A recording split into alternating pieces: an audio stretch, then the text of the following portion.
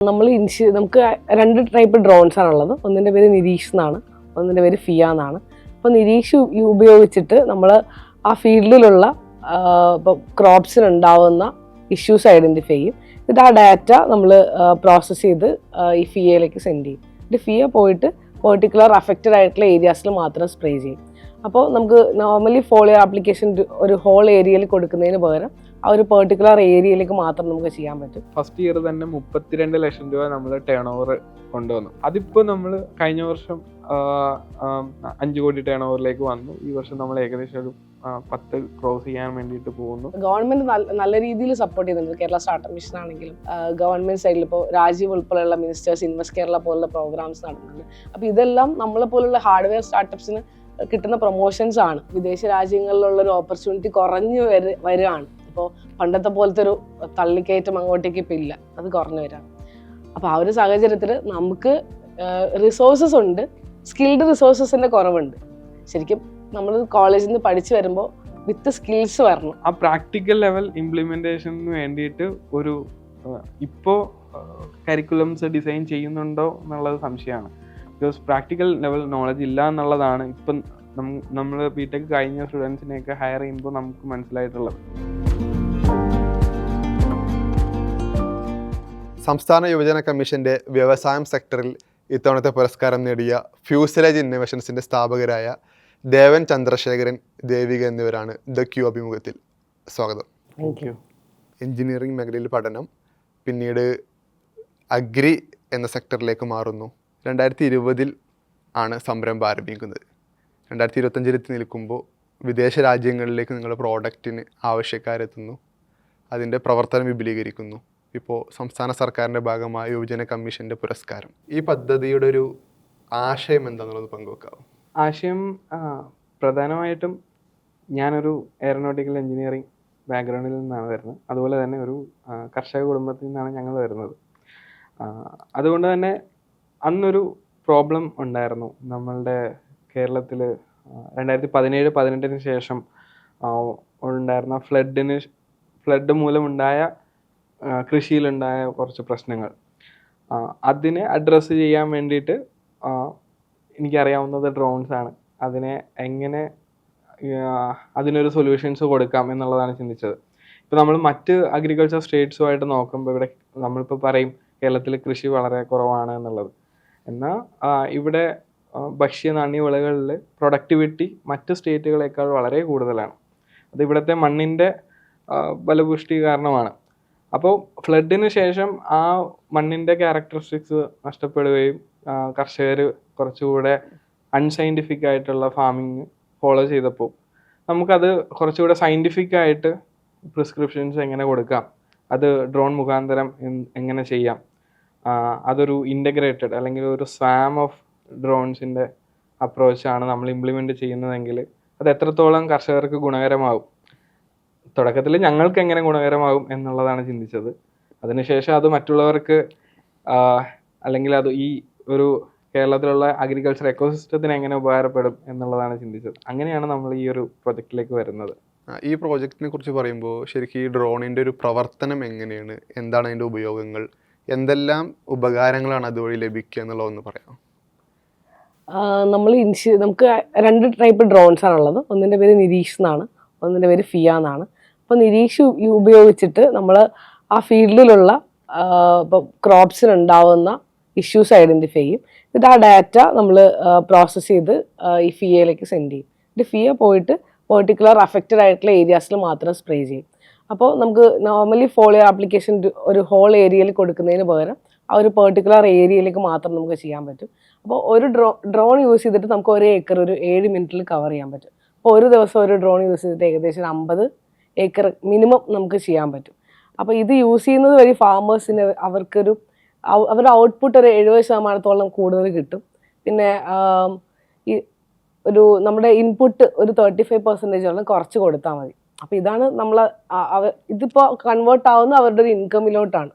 ഇത്രയും പ്രോഫിറ്റ് നമുക്ക് ഈ ഡ്രോൺ യൂസ് ചെയ്തത് മൂലം ഫാമേഴ്സിന് കൂടുതൽ ഉണ്ടാവുന്നു എന്നാണ് നമ്മൾ മെയിൻലി പ്രൊജക്റ്റ് ചെയ്യുന്നത്. അത് സ്വാഭാവികമായിട്ടും പഠനവും അതിനുശേഷമുള്ള പ്രോജക്റ്റൊക്കെ എൻജിനീയറിംഗ് മേഖലയിലായിരിക്കും രണ്ടുപേരും. അപ്പോൾ അതിനുശേഷം ഒരു കൃഷി എന്നുള്ളൊരു സംരംഭമായിട്ടാണല്ലോ ഇത് കോർത്തിണക്കുന്നത്.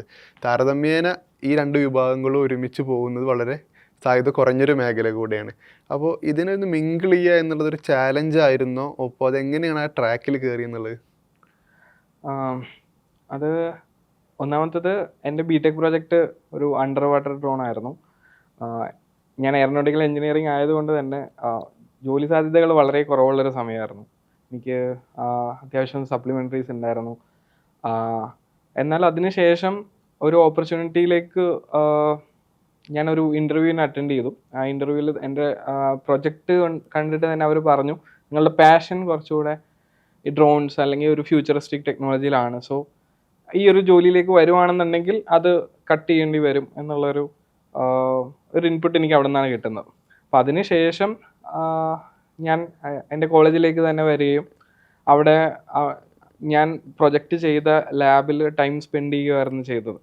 ഈ പുതിയ ഡെവലപ്മെൻറ്റ്സ് എങ്ങനെ കൊണ്ടുവരാം, അത് കുറച്ചുകൂടെ ലേണിംഗ് ആണ് അപ്പോഴാണ് സംഭവിക്കുന്നത്. അതിന് ശേഷം പക്ഷെ നമുക്ക് എന്നാലും സസ്റ്റെയിൻ ചെയ്യുകയും വേണം. അപ്പോൾ കുറച്ച് ട്രെയിനിങ്ങുകൾ കണ്ടക്ട് ചെയ്തു കോളേജുകളിലൊക്കെ. ട്രെയിനിങ്സ് ഒക്കെ കണ്ടക്ട് ചെയ്തപ്പോൾ നമുക്ക് മനസ്സിലായി അതിൽ നിന്ന് നമുക്കൊരു ഇൻകം കിട്ടുന്നുണ്ട്. അപ്പോൾ നമ്മളുടെ ആറാണ്ടി ആക്ടിവിറ്റികളും അതുപോലെ തന്നെ ജീവിക്കാനുള്ള കുറച്ച് വരുമാനമൊക്കെ അതിൽ നിന്ന് കിട്ടുന്നുണ്ട്. അപ്പോൾ ഒരു സംരംഭകത്വം എന്നുള്ളൊരു കോൺസെപ്റ്റ് നല്ലതാണ്. അങ്ങനെയാണ് നമ്മൾ പിന്നെ ഈ ഒരു പ്രോജക്റ്റിലേക്ക് വരുന്നത്. ഇതിനൊപ്പം തന്നെ നമ്മൾ ചേർത്ത് പറയേണ്ട കാര്യം എന്നുള്ളത് 5 വർഷം പൂർത്തീകരിക്കുമ്പോൾ ഒരു വിപുലീകരിച്ച ഘട്ടമാണല്ലോ. ആദ്യം കേരളത്തിന് പുറത്തെ സംസ്ഥാനങ്ങളിലേക്ക് പോകുന്നു, ഇപ്പോൾ പുറത്തെ രാജ്യങ്ങളിൽ നിന്ന് കോളുകൾ വന്ന് അവർക്ക് പ്രോഡക്റ്റ് ആവശ്യപ്പെടുന്നു, മറ്റൊരു ഘട്ടത്തിൽ പുരസ്കാരം ലഭിക്കുന്നു. അപ്പോൾ ഇതിൻ്റെ ഒരു ജേണി ഒന്ന് പറയാമോ, ഇതിനെങ്ങനെയാണ് വിപുലീകരിച്ചത് എന്നുള്ളത്? ഈ പറയുന്ന ഞാൻ പറഞ്ഞല്ലോ ട്രെയിനിങ് ആണ് ഞങ്ങൾ ആദ്യം ഒരു ഇൻകം ജനറേറ്റ് ചെയ്യാൻ വേണ്ടിയിട്ട് കണ്ടെത്തിയത്. അത് ക്വാളിറ്റി, അതായത് അന്നൊരു ചലഞ്ചിങ് ആയിട്ടുള്ളൊരു സിറ്റുവേഷൻ ആയിരുന്നു. ഈ ഡ്രോൺസ് നമ്മൾ തന്നെ മേക്ക് ചെയ്യുക, അത് മറ്റുള്ളവരിലേക്ക് പഠിപ്പിക്കുമ്പോൾ അത് അത്രത്തോളം ഇൻഡെപ്ത് ആയിട്ട് കൺവേ ചെയ്യുക എന്നുള്ളത് ഒരു ചലഞ്ചിങ് ആയിട്ടുള്ളൊരു സിറ്റുവേഷൻ ആയിരുന്നു. എന്നാൽ ഞാൻ ആ ട്രെയിനിങ്ങിലൂടെ ഞാനും കുറേ കൂടെ ലേൺ ചെയ്യുമായിരുന്നു ഡ്രോൺസിൻ്റെ മേക്കിംഗ്, അതുപോലെ തന്നെ അതിൻ്റെ അപ്ഗ്രേഡ്സ് എങ്ങനെയാണ്, അങ്ങനെയുള്ള കാര്യങ്ങളൊക്കെ കുറേ കൂടെ ഇൻഡെപ്ത് ആയിട്ട് ലേൺ ചെയ്തു. പക്ഷേ എന്നാൽ അതിൽ ഒരു ബിസിനസ് എന്ന രീതിയിലേക്ക് വരുമ്പോൾ, അതൊരു ഇനിഷ്യേറ്റീവായി വരുന്നത് ഒരുപാട് പ്രോസസ്സ് അതിനിടയ്ക്ക് വന്നു. നമ്മളുടെ കൃഷി സ്ഥലത്ത് തന്നെ ഉപയോഗിച്ചുകൊണ്ടിരിക്കുന്ന സമയത്താണ് അന്നത്തെ കൃഷിമന്ത്രി സുനിൽകുമാർ മിനിസ്റ്റർ ആ ഒരു പ്രൊഡക്റ്റ് കാണുകയും നമ്മളുടെ കൃഷിഭവനിൽ വന്ന് നമ്മളതൊന്ന് ഡെമോൺസ്ട്രേറ്റ് ചെയ്തു. അത് ചെറിയൊരു പ്രോട്ടോടൈപ്പ് ആയിരുന്നു.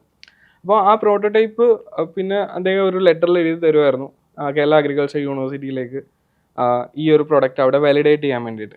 അപ്പോൾ നമുക്ക് അവിടെ നിന്ന് ഒരു മെൻറ്ററിനെ കിട്ടി, ഡോക്ടർ ബെറിൻ പത്രോസ് എന്ന് പറഞ്ഞു, എൻഡോമോളജി ഡിപ്പാർട്ട്മെൻറ്റിൻ്റെ ഹെഡാണ്.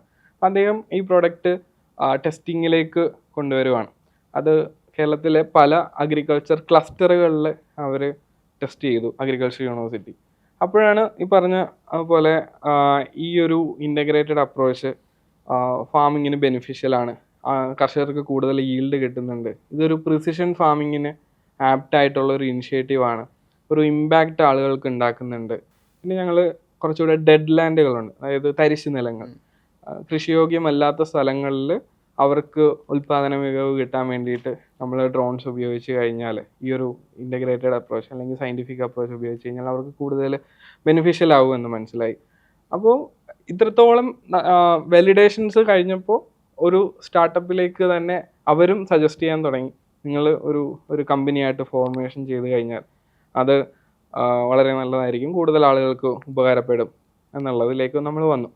അപ്പോൾ ഞാൻ സ്വാഭാവികമായിട്ടും Kerala startup mission, VCs, ventures അവരുടെ ഇടയ്ക്കൊക്കെ പോയി. എന്നാൽ അവിടേക്ക് നമുക്കൊരു റിജക്ഷൻ വന്നിരുന്നു. ബിക്കോസ് അന്നൊരു കോവിഡിൻ്റെ ടൈമാണ്, അതുപോലെ തന്നെ ഇന്ത്യൻ എക്കോസിസ്റ്റം ഒരു ഹാർഡ്വെയർ ഇനിഷ്യേറ്റീവിന് ഒരു സപ്പോർട്ടീവായിട്ടുള്ള ഒരു എൻവയോൺമെൻ്റ് അല്ല. അപ്പോൾ അതുകൊണ്ട് തന്നെ അവർ തന്നെ സജസ്റ്റ് ചെയ്തു ഗ്രാൻഡുകളൊക്കെ അപ്രോച്ച് ചെയ്ത് നോക്ക്, ഗവൺമെൻറ് ഗ്രാൻഡുകളൊക്കെ അപ്രോച്ച് ചെയ്ത് നോക്ക് എന്നുള്ളൊരു ഇനിഷ്യേറ്റീവിലേക്ക് അവർ തന്നെ സജസ്റ്റ് ചെയ്തു. അപ്പോഴാണ് കമ്പനി ഫോർമേഷനിലേക്ക് വരുന്നത്. ഫോർമേഷനിലേക്ക് വരുമ്പോൾ ഞാൻ നോക്കുമ്പോൾ ചേച്ചി ദേവിക ഇവിടെ ഒരു സോളാർ ഫേം, കൊച്ചിയിലുള്ള സോളാർ ഫേമിൻ്റെ ഡയറക്ടറും കൂടെ ആയിരുന്നു. അപ്പം ഞാൻ ആ സോളാർ ഫേമിൽ ഇരുന്നിട്ട് തന്നെ നമ്മൾ ട്രെയിനിങ്സ് കുട്ടികൾക്ക് കണ്ടക്ട് ചെയ്തിട്ടുണ്ട്. നമുക്ക് സ്ഥലം ഒരു ചലഞ്ചിങ് ആണല്ലോ. അപ്പം ഞാൻ അവിടുത്തെ ചേച്ചി അവിടുത്തെ ഡയറക്ടർ ആയതുകൊണ്ട് തന്നെ ഞാൻ അവിടെ ഇരുന്ന് കുട്ടികൾക്ക് ട്രെയിനിങ്സ് ഒക്കെ കൊടുത്തിട്ടുണ്ട്. അപ്പോൾ ഞാൻ ആളുടെ ഓപ്പറേഷൻസ് കാര്യങ്ങളൊക്കെ ഞാൻ ശ്രദ്ധിക്കുന്നുണ്ട്. അപ്പോൾ ആ ഓഫീസിലെ കാര്യങ്ങളെല്ലാം ടേക്കപ്പ് ചെയ്യുന്നുണ്ട്. അപ്പോൾ എനിക്ക് തോന്നി എന്നാൽ ഞങ്ങൾ രണ്ടുപേരും കൂടെ തുടങ്ങിയാൽ ഓപ്പറേഷൻസ് ചേച്ചി ഹാൻഡിൽ ചെയ്യും, ഞാൻ ടെക്നിക്കൽ ഹാൻഡിൽ ചെയ്യാം, മുന്നോട്ട് തന്നെ പോവാം. അപ്പോൾ ചേച്ചി പുഴൂൽ സിനിമയിൽ അസിസ്റ്റൻറ്റ് ഡയറക്ടറായിട്ട് വർക്ക് ചെയ്യുമായിരുന്നു. അപ്പോൾ അതിനുശേഷമാണ് ഞങ്ങൾ ഈ ഒരു ഇനിഷ്യേറ്റീവിലേക്ക് വരുന്നത്. ഞങ്ങൾ കമ്പനി രജിസ്റ്റർ ചെയ്തു. ഒരു വിപണനം എന്ന നിലക്കുള്ള ഒരു ഫസ്റ്റ് സ്റ്റെപ്പ് എങ്ങനെയായിരുന്നു ഉള്ളത്? കാരണം ആളുകളെ ഇതിൻ്റെ ഒരു ഒഫീഷ്യൽസിൻ്റെ അപ്പുറത്തേക്ക് സാധാരണക്കാരായ കർഷകർ ഇത് ബോധ്യപ്പെടുത്തുക എന്നുള്ളൊരു ചാലഞ്ചാണല്ലോ. ഒപ്പം അവർ ഇത് പണം നൽകി വാങ്ങി അവരുടെ കൃഷിക്ക് വേണ്ടി അവർ ഓൾറെഡി പണം ചിലവാക്കുന്നുണ്ട്. അതിന് പുറമെ ഈ പ്രോഡക്റ്റ് വാങ്ങി ഒരു സക്സസ് ആണ് എന്നുള്ളൊരു ആ ഒരു ജേണി ഉണ്ടല്ലോ, അതെങ്ങനെയായിരുന്നു? ഇത് ഇനിഷ്യലി നമ്മൾ ഇത് ഒരു പുതിയൊരു പ്രൊഡക്റ്റുമായിട്ട് ചെന്ന് കഴിഞ്ഞാൽ ഫാമേഴ്സ് ഉൾപ്പെടെയുള്ള ഇപ്പോൾ ഒരു പ്രൊഡക്റ്റ് അവർ അക്സെപ്റ്റ് ചെയ്യണമല്ലോ. അപ്പോൾ നമ്മൾ അവരെ ശീലിപ്പിക്കണം, ഇത് യൂസ് ചെയ്താൽ ഇങ്ങനെയുള്ള ബെനിഫിറ്റ്സ് ഉണ്ടാവും എന്ന്. അവർക്ക് നമ്മളിപ്പോൾ എത്ര വാലിഡേറ്റ് ചെയ്താൽ പോലും അവർക്കത് ഫീൽ ചെയ്യാണ്ട് അവരത് വാങ്ങില്ല. സോ നമ്മൾ അവർക്കത് ഫീൽ ചെയ്യാൻ വേണ്ടിയിട്ട് ഡെമോൺസ്ട്രേഷൻസ് കണ്ടക്ട് ചെയ്തു. ഇപ്പോൾ ഫ്രീ ആയിട്ട് ഡെമോൺസ്ട്രേഷൻസ്, പിന്നെ ഗവൺമെൻറ് ഇതിനായിട്ടൊരു സ്കീംസ് ഒക്കെ ഡെവലപ്പ് ചെയ്യാൻ തുടങ്ങി. ഫാമേഴ്സിന് സബ്സിഡി റേറ്റിൽ സ്പ്രേ ചെയ്ത് കൊടുത്താൽ അവർക്ക് സബ്സിഡി കിട്ടും, നമുക്ക് ആ സ്പ്രേയിങ് നമുക്കത് ചെയ്യാനും പറ്റും. ആ ഒരു രീതിയിൽ വർക്ക് ചെയ്യാൻ തുടങ്ങി. അതിനുശേഷം നമുക്കിത് വിൽക്കണമെങ്കിൽ DGCA സർട്ടിഫിക്കേഷൻ വേണം. അപ്പോൾ അതുവരെ അതിനുള്ള റൂൾസും റെഗുലേഷൻസും ഒന്നും വന്നിട്ടില്ല. അപ്പോൾ ഗവൺമെൻറ് ഉൾപ്പെടെയുള്ള ഗവൺമെൻറ് ഏജൻസീസും ഗവൺമെൻറ്റും ഒക്കെ നമ്മളെ പോലുള്ള കമ്പനികളെ വിളിച്ചിട്ട് ആണ് ഈ പോളിസീസ് ഡെവലപ്പ് ചെയ്യുന്നത്. അപ്പോൾ ഈ പോളിസീസ് വൺസ് ഡെവലപ്പ് ചെയ്ത് കഴിഞ്ഞിട്ട് ഇപ്പോൾ ഡ്രോൺ സെല്ല് ചെയ്യാനുള്ള പോളിസി പോലും വന്നത് 2 years ബാക്കാണ്. അപ്പോൾ അതെല്ലാം നമ്മളുടെ ഒരു കോർഡിനേഷനിലാണ് നടക്കുന്നത്. അതിനുശേഷം ഫാമേഴ്സിനെ ബോധിപ്പിക്കുക, ഇത് ഫാമേഴ്സിന് ഇത് യൂസ് ചെയ്തുകൊണ്ട് ഇങ്ങനെയാണ്. ഓൾറെഡി ലേബർ ഷോർട്ടേജ് ഒക്കെ ഉള്ളൊരു സമയമാണ്. അപ്പോൾ ഹാൻഡ് സ്പ്രേയിങ് യൂസ് ചെയ്താൽ, അല്ലെങ്കിൽ ഹാൻഡ് സ്പ്രേയിങ് അല്ലാണ്ട് ഡ്രോൺ സ്പ്രേയിങ് എങ്ങനെയാണ് ബെനിഫിറ്റ് ആവുന്നത്, ഇങ്ങനത്തെ കാര്യങ്ങൾ അവരെ ബോധ്യപ്പെടുത്തി. അത് കഴിയുമ്പോൾ പിന്നെ അവർക്കതൊരു ശീലമായി മാറും ഡ്രോൺ സ്പ്രേയിങ് എന്നുള്ളത്. സോ അങ്ങനെ ഒരു ശീലം ഉണ്ടാക്കിയ ശേഷമാണ് നമ്മൾ ഈ സെല്ലിങ് സ്റ്റാർട്ട് ചെയ്യുന്നത്. അപ്പോൾ സെല്ലിങ്ങിനായിട്ട് DGCA സർട്ടിഫിക്കേഷൻ വേണം. നമ്മൾ ഏകദേശം ഒരു 1.5 വർഷം എടുത്തു സർട്ടിഫിക്കേഷൻ. അതിന് മെയിൻ റീസൺ എന്ന് പറഞ്ഞാൽ നമ്മൾ ഡ്രോൺ ഡിസൈൻ ചെയ്തതും ഡെവലപ്പ് ചെയ്തതും എല്ലാം നമ്മളുടെ ഫെസിലിറ്റിയിലാണ്. സോ നമുക്കൊരു CTO ഉണ്ട്, അതുൽ ചന്ദ്രൻ എന്ന് പറഞ്ഞാൽ. അതുൽ ചന്ദ്രൻ ഡിസൈൻ ഫീൽഡിൽ നിന്ന് വരുന്ന ആളാണ്. അപ്പോൾ അതുൽ ചന്ദ്രൻ ഈ ഡ്രോൺസിനെ കുറിച്ച് സ്റ്റഡി ചെയ്ത് ഒരു ഡിസൈൻ ചെയ്ത് ഡെവലപ്പ് ചെയ്ത് അതാണ് നമ്മൾ ഫ്ലൈ ചെയ്യുന്നത്. സോ അതുകൊണ്ട് സർട്ടിഫിക്കേഷൻ നമുക്ക് ബുദ്ധിമുട്ടാണ്. ബിക്കോസ് നമ്മുടെ ഇവിടെ തന്നെയുള്ള ഓരോ കമ്പോണൻറ്റും നമ്മൾ സർട്ടിഫിക്കേഷൻ ഒരു 2 level 3 level സർട്ടിഫിക്കേഷൻ കൊടുത്താൽ മാത്രമേ കിട്ടുള്ളൂ. അതും നമ്മളൊരു ടീംമേറ്റ്സ് ഡേ നൈറ്റ് ഓൾമോസ്റ്റ് ഒരു കണ്ടിന്യൂസ് 72 hours ഒക്കെ വർക്ക് ചെയ്തിട്ടുണ്ട് അതിന് വേണ്ടിയിട്ട്. അപ്പോൾ അങ്ങനെയാണ് നമ്മൾ സർട്ടിഫിക്കേഷനിലെത്തിയത്. ഈ സർട്ടിഫിക്കേഷന് ശേഷമാണ് നമ്മൾ സെല് ചെയ്യാൻ തുടങ്ങുന്നത്. ഇപ്പോൾ ഏകദേശം നമ്മളൊരു 300-400 ഡ്രോൺസ് ആ റേഞ്ചിൽ ഡ്രോൺസ് നമ്മൾ ഇന്ത്യയിൽ സെല് ചെയ്തിട്ടുണ്ട്. ഈ കേരളത്തിന് പുറത്തൊരു പക്ഷേ മറ്റ് സംസ്ഥാനങ്ങളിലാണ് ഈ കൃഷി ഉപജീവനം കൂടെ ആയിട്ട് കൂടുതലായിട്ട് ഉപയോഗപ്പെടുത്തുന്നത്. ഇവിടെ ഉണ്ടെങ്കിൽ കൂടെ അവരുടെ ജീവിതത്തിൻ്റെ ഭാഗമായി അതാത് ദിവസത്തെ അന്നം കണ്ടെത്തുന്നതിനുള്ളൊരു ഉപാധി കൂടെയാണല്ലോ കൃഷി. അപ്പോൾ ആ ആളുകളിലേക്ക് ഇതിനെ എത്തിക്കുന്ന ഒരു സാഹചര്യം എങ്ങനെയായിരുന്നു എന്നുള്ളതും പിന്നെ അവിടെ എങ്ങനെയാണ് ഇത് അംഗീകരിക്കപ്പെടുന്നത് എന്നുള്ളത്. നമ്മൾ ഒരുപാട് ഇപ്പം ഞങ്ങൾ ഇനിഷ്യലി ഒരു സ്റ്റാൻഡ് അലോൺ ഇനിഷ്യേറ്റീവ് ആയിരുന്നെങ്കിൽ ഇപ്പോൾ ഒരുപാട് കൊളാബറേറ്റേഴ്സ് നമ്മളുടെ പ്രൊജക്റ്റിലേക്ക് വന്നു. അപ്പോൾ ഞാൻ പറഞ്ഞ പോലെ ഗ്രാൻഡുകൾ വന്നു, ആക്സിലറേഷൻ പ്രോഗ്രാംസ് വന്നു. ഇതെല്ലാം ഒരു സ്റ്റാർട്ടപ്പ് ജേർണിയുടെ പാർട്ടാണ്. അപ്പോൾ ഈ ആക്സിലറേഷൻ പ്രോഗ്രാമിൽ ഞങ്ങൾക്ക് ആദ്യം കിട്ടിയത് UNDP ഇന്ത്യയുടെ ഒരു പ്രോഗ്രാമായിരുന്നു. അത് ട്രൈബൽ സെക്ടറുകളിൽ പ്രൊജക്റ്റ് ഇംപ്ലിമെൻറ്റ് ചെയ്യുക. ട്രൈബൽ കമ്മ്യൂണിറ്റി എന്ന് പറയുന്നത് അവർ നല്ല രീതിയിൽ ഓർഗാനിക്കായിട്ട് ഫാമിങ് ചെയ്യുന്ന കർഷകരാണ്. അതുപോലെ തന്നെ അവരുടെ പ്രൊഡക്ട്സ് വിദേശ രാജ്യങ്ങളിലേക്കൊക്കെയാണ് പോകുന്നത്. അപ്പോൾ അവിടെ ഒരു ചലഞ്ചിങ് സിറ്റുവേഷൻ എന്ന് പറഞ്ഞു കഴിഞ്ഞാൽ അവിടെ ഈ ക്ലൈമറ്റ് ചേഞ്ച് കൊണ്ടുള്ള പ്രശ്നങ്ങൾ കുറേ ഉണ്ട്, കുറേ പ്രോബ്ലംസ് കൃഷിയിൽ വരുന്നുണ്ട്. എന്നിരുന്നാൽ തന്നെ പക്ഷെ അവർക്ക് ഓർഗാനിക്കായിട്ട് സൊല്യൂഷൻസ് നമ്മൾ കൊടുക്കുകയാണ്. അത് നമ്മൾ ടെക്നോളജി യൂസ് ചെയ്തുകൊണ്ട് അത് കൗണ്ടർ ചെയ്യുക എന്നുള്ളതായിരുന്നു ഞങ്ങളുടെ എയിം. അപ്പോൾ അതിൽ ഒരുപാട് ചലഞ്ചസ് ഉണ്ടായിരുന്നു. അവർക്ക് ലേബർ ചാർജ് കുറവാണ്. അപ്പോൾ അത് നമ്മൾ കൗണ്ടർ ചെയ്തത് ഈ പ്രൊഡക്ടിവിറ്റി കൂട്ടിക്കൊണ്ട് അവരൊരു പ്രോഫിറ്റ് ഷെയറിംഗ് മോഡിലേക്ക് വന്നു. അങ്ങനെ നമ്മൾ ട്രൈബൽ ക്ലസ്റ്ററുകളിലേക്ക് നമ്മൾ രാമേശ്വരം, അതുപോലെ തന്നെ കർണാടക റായ്ചൂർ, അങ്ങനെയുള്ള ഓരോ ഏരിയയിലേക്ക് നമ്മൾ ഗ്രാജുവലി എക്സ്പാൻഡ് ചെയ്യുമായിരുന്നു. അപ്പോൾ അതുപോലെ തന്നെ സെൽക്കോ ഫൗണ്ടേഷൻ, അവരൊരു നോൺ പ്രോഫിറ്റ് ഓർഗനൈസേഷനാണ്. അവർ ചാമ്പ്യൻ ഫാമേഴ്സിനെ ഐഡൻറ്റിഫൈ ചെയ്യുന്നുണ്ട്. അതായത് മെക്കനൈസേഷൻ ഫോളോ ചെയ്യുന്ന, സസ്റ്റൈനബിൾ അഗ്രികൾച്ചർ പ്രാക്ടീസസ് ഇംപ്ലിമെൻറ്റ് ചെയ്യുന്ന റിയൽ ഫാമേഴ്സിനെ അവർ ഐഡൻറ്റിഫൈ ചെയ്യുന്നുണ്ട്. അപ്പോൾ അവർ നമ്മളുടെ പ്രൊഡക്റ്റ് മേടിച്ചിട്ട് ഈ ചാമ്പ്യൻ ഫാമേഴ്സിന് സബ്സിഡൈസ്ഡ് റേറ്റ്സിൽ അവർ കൊടുക്കുന്നുണ്ട്. അപ്പോൾ അങ്ങനെ ഒരു എക്സ്പാൻഷൻ നടക്കുന്നുണ്ട്. അതുപോലെ തന്നെ ഇപ്പോൾ നമുക്ക് പല റീജിയനിലേക്ക് വരുമ്പോൾ ലാംഗ്വേജ് ഒരുപാട് ബുദ്ധിമുട്ടായിട്ട് വരുന്നുണ്ട്. അവിടെ നമ്മൾ നല്ല രീതിയിൽ വർക്ക് ചെയ്യുന്ന ഡീലേഴ്സിനെ ഐഡൻറ്റിഫൈ ചെയ്യുന്നുണ്ട്. ഡീലേഴ്സിനെ ഐഡൻറ്റിഫൈ ചെയ്തിട്ട് ആ ഒരു ഡീലർഷിപ്പ് മോഡലിൽ നമ്മൾ എക്സ്പാൻഷൻ വർക്കൗട്ട് ചെയ്യാൻ പറ്റും നമുക്ക്. ഇതിൻ്റെ ഒരു റിസൾട്ട് എങ്ങനെയായിരുന്നു ആദ്യഘട്ടത്തിൽ? കാരണം നമ്മൾ ഇതിന് ഭൂപരിസ്ഥിതി വ്യത്യാസം ഉണ്ടാവും, ഒരുപാട് തരത്തിൽ ക്ലസ്റ്റർ വ്യത്യാസം ഉണ്ടാവുമല്ലോ. അപ്പോൾ എങ്ങനെയാണ് അതിനൊരു ക്രമീകരിച്ചതും അതിൻ്റെ ഒരു റിസൾട്ടിലേക്ക് എത്തുന്ന ഘട്ടം എങ്ങനെയായിരുന്നു എന്നുള്ളത്?